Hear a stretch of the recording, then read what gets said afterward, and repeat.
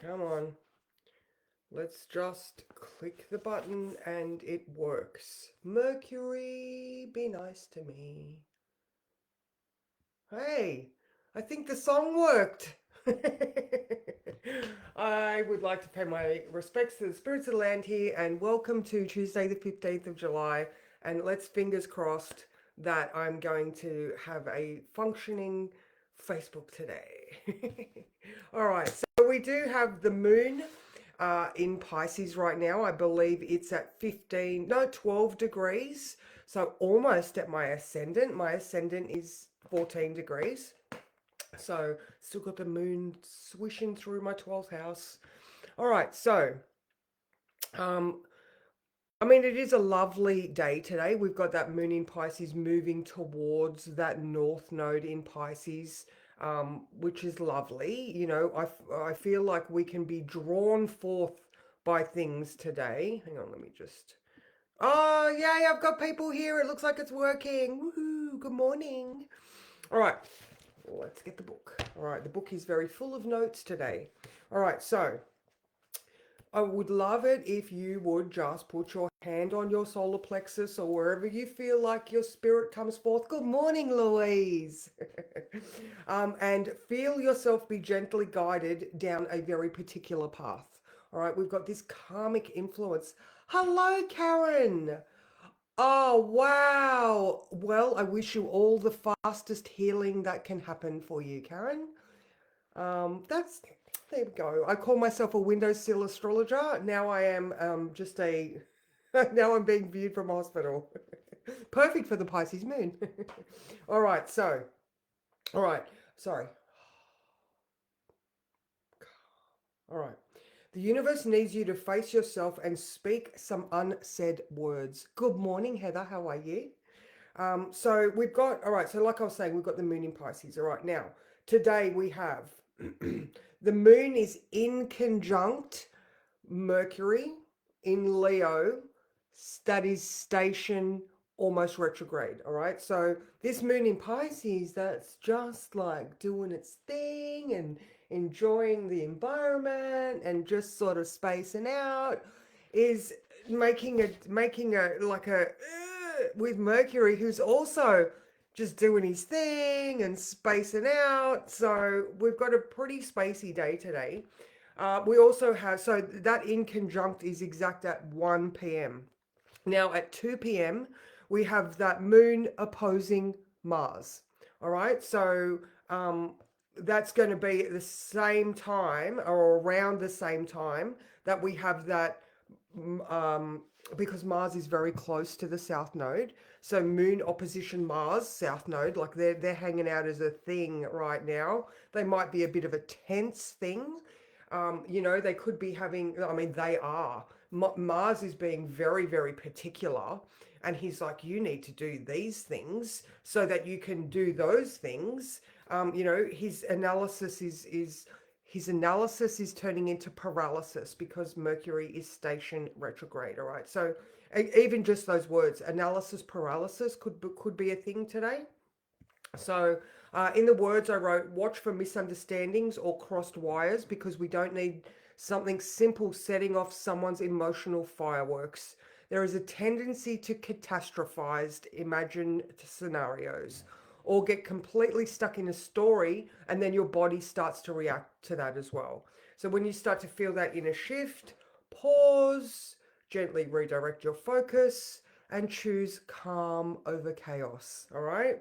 So now after 1 p.m., like if we can understand that, there is just people in their own worlds on different levels wanting to see eye to eye but not quite seeing eye to eye. All right, that's that in conjunct. There is tension, there is adjustment required. you know Poor Mercury at the moment, he's in the sign of his fall. He's under resourced. He's in Leo. He should be feeling fabulous and he's not. And so that I'm not feeling fabulous is influencing Venus and Mars. All right. So we just want to make sure that we're paying attention to our physical senses. And, if you start to feel the ick, thanks, Thanks, Emily. I love that one, the ick. Um, then just withdraw. You know, Deb says squat, drop, recenter, or something like that. Good morning, Susan. How are you? So we really just want to stay present. Okay. So because I did some words last night. Where did I get up to? I got up to Friday, and we're heading into this raw, vulnerable sort of influence with the Sun square Chiron opposition Pluto.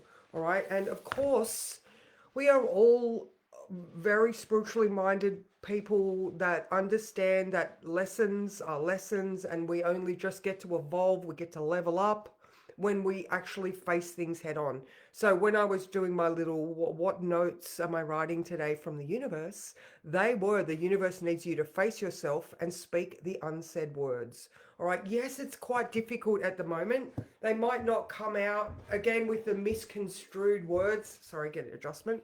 Again, with the sort of misunderstanding and miscommunications, because, we might be the one tripping over our tongue, or, we're not present in our feelings enough to sort of get where they're coming from. Why am I being triggered? Those type of things. Go back further. It's Pisces, all right? We're looking at that subconscious landscape. We've just done all that work of Saturn in Pisces for the last 2-3 years, and he is heading back there now, all right? It is Tuesday the 15th. He went retrograde on Sunday at 2 o'clock. So now he's done this. I was feeling this analogy the other day, and I don't know if I said it. If I did, oh well. So, the general, Saturn, has gone down to the front lines, Aries, and he has gone forward, all right? He's got Neptune there. That whole Knights Templar, I am willing to fight for these beliefs. And they've moved forward. That first surge has happened. And now they're like, retreat, retreat. And it might not be that they're retreating because the other side is coming forth. But, a good general always knows that you need to regroup. All right. You need to gather your scattered forces, recongeal, not the right word, but you know what I mean. And then take stock of injuries, take stock of what worked, because guaranteed the other side is doing the same thing at the same time. All right. Good morning, Jen. How are you? Thermomix Queen. Again, if you're feeling yourself being gently guided down a particular path, what's going on with these hot flushes? Then you need to allow yourself to be led. Okay. All right. Again, all right. So as we're moving towards the week or the week unfolding, actually, you know what it is? It's Venus in Gemini. Gemini rules hormones. Venus, female hormonal state. I'm back in a state of flux. I don't know. Are you guys feeling this? Or is it just me? All right. Sorry. Interruptions. Why did I want to say that? Okay, stop and regroup. Sorry, ADHD Central today. I did want to say something about the that mini grand trine. All right, I've been writing it in my book for so long, and I've sort of been touching on it. But so with the Pluto trine trine Uranus. All right, Pluto trine Uranus, sextile the Saturn, Neptune, and those guys are also sextile Pluto. So there's that mini grand trine. All right. Now, when you have a look at it, thank you, Helen. Good morning. um, all right. So now this is very much a collective experience. All right, but on a individual basis. I just love the words that I found for it. All right. So we've got these tectonic plates shifting. All right, Helen, you'll remember when we looked at this in class. So where are your Pluto and Uranus sitting? Those houses are the ones that are going to be feeling these massive shifts. All right, so we are intuitively navigating these collective shifts. All right, so we've got the Saturn Neptune conjunction, and like I was just saying, they've done their first wave forward, and now both of them going retrograde again, because they will meet at 0, 0 exactly. They got to that 12 seconds apart. So we're going back so that we can regroup, reorientate ourselves, have a look at what worked. What are we feeling into this? All right, so then there's also the mastery and healing the collective trauma. All right, so oh my God. Now, I know a lot of you personally, and I know that you are all brave enough to, like the word said today, face yourself and speak the unsaid words. All right, I always use that analogy of Luke Skywalker going into the cave. And then, he faces Darth Vader, and then when he takes the mask off, it's himself. This is the classic heroes or heroines journey of, we do this time and time again where we have to, go back into ourselves, into our early childhood conditioning, our inner child, or la la la la la. And we have to find those collective traumas, or, those individual traumas that just guide us, So they're like, oh, look, I can see something triggering coming. I'm going to go off the path. And so instead of going, no, it's just a bump in the road, I'm able to step over that, or, use my strength to pick it up and move it out of the way, or, those sort of things. So there's that mastery and healing of the collective traumas. And then also our societal systems that are changing. All right. So that Pluto and Uranus, all right, even if it's in our own chart, that Pluto is paving the way for us to innovate and change our future direction. And Uranus in Gemini is allowing us to radically shift our thoughts, or allow ourselves to shift and change that mindset. So, and then those three, four guys are, they're the powerhouses, and they are all just having a conversation that's like, shit's gotta change. All right. So, tectonic plates shifting, intuitively navigating shifts, healing collective or individual traumas, and these systems that we are radically changing. It does include tech booms, obviously.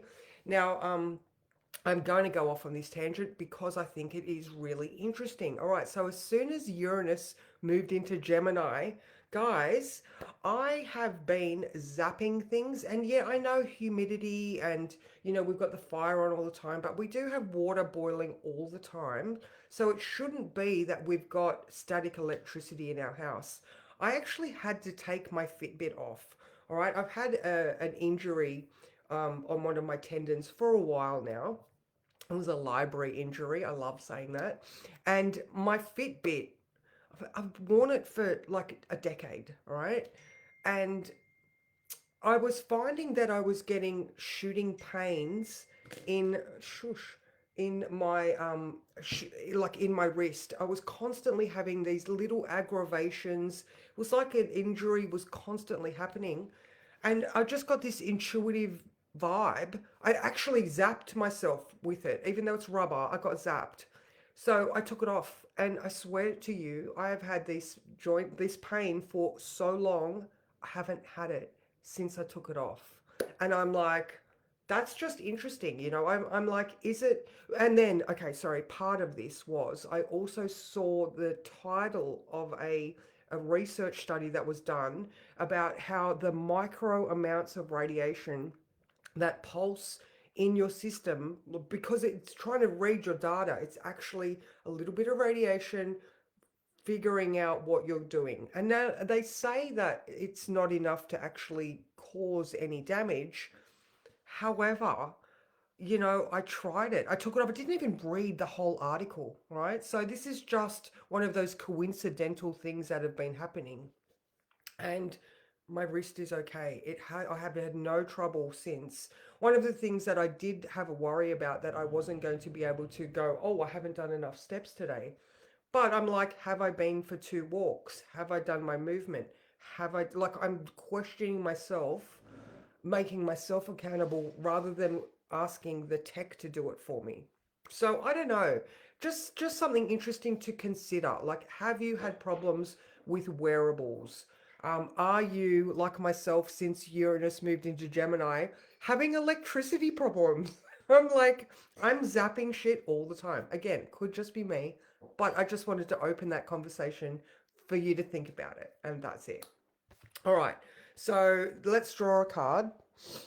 Got them here. All right. And I also have a quote that I had to write it down because I thought it was so interesting. So this is from Dane Rudger. All right. So it's not the event which happens to the person, but the person which happens to the event. All right. So he who has a why can live to bear any how. All right. So that was also Viktor Frankl. But I just want to sort of bring it back to like we get into, again, with that catastrophizing, we get into these things where we're like, why me? But did we just walk in on a path that had that there as a lesson? All right. So again, we need a why, and we can bear any how if we know what our why is. Thank you. All right, I can only wear my Samsung when at work or out. I haven't had it on since my surgery nearly 5 weeks ago. I used to zap things all the time, even the kids and grandkids. It's interesting, isn't it?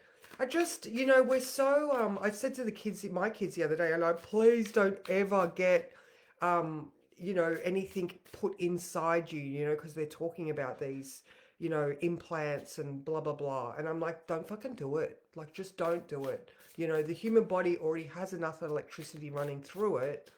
I just think that there's so much room for fritzing out if, I don't know.